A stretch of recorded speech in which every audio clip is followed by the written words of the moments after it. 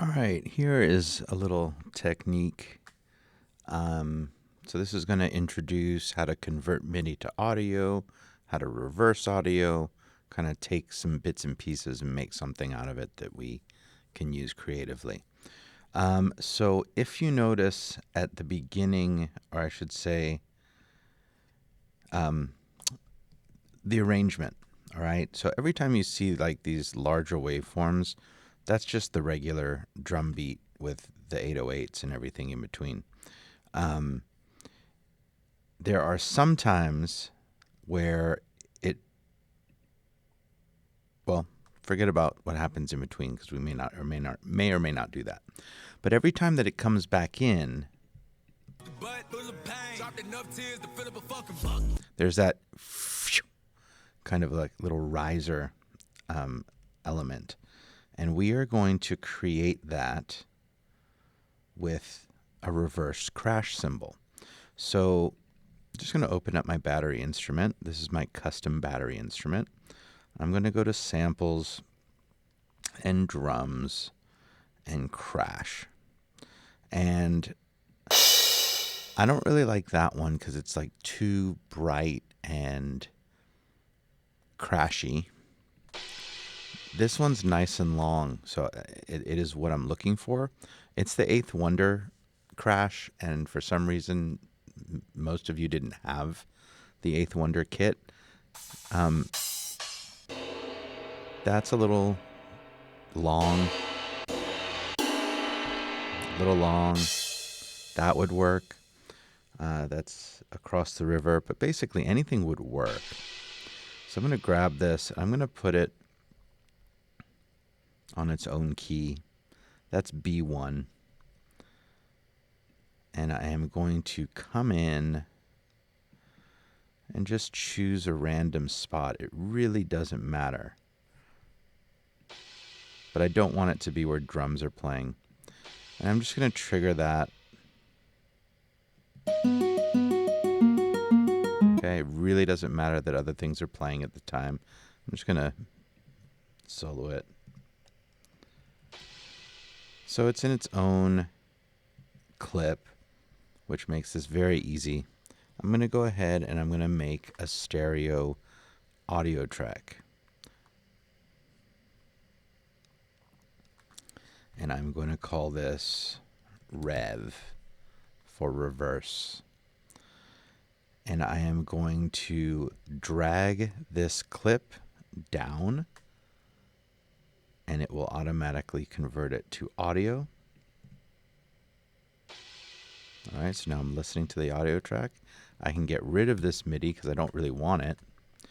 And you can see, or you can't see, that it's very hard to, I don't have a visual of my waveform. So I can come over to this.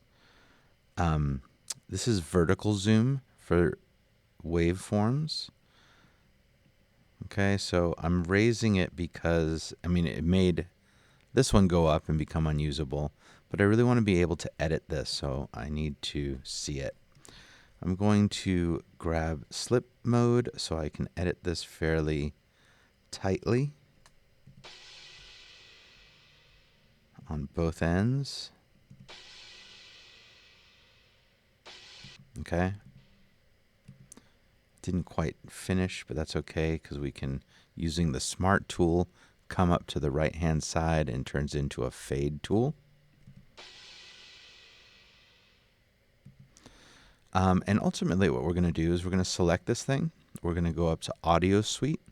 Audio Suite is a set of effects that get burned into the clip, essentially.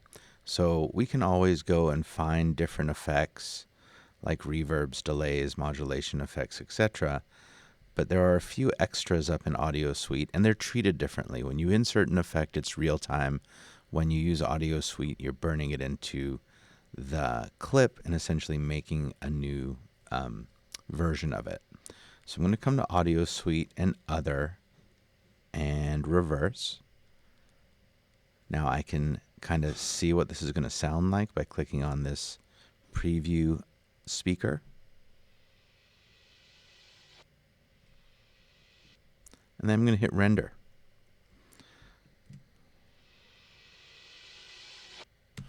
All right, it's a little long, but I'm going to take this over, get back into grid mode actually. Take this over so that it kind of lines up, that it's going right into my drum beat.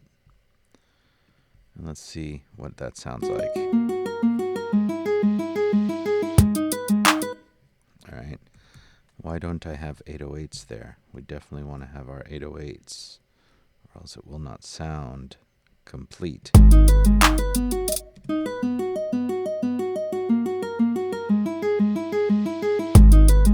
All right, it's too long.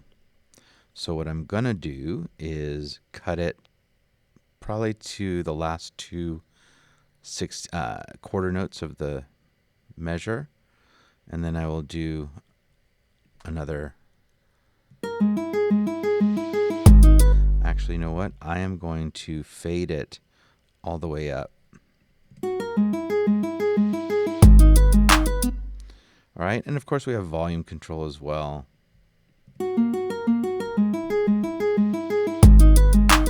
And that's just a little trick to learn how to use Audio Suite Reverse, how to convert MIDI to audio.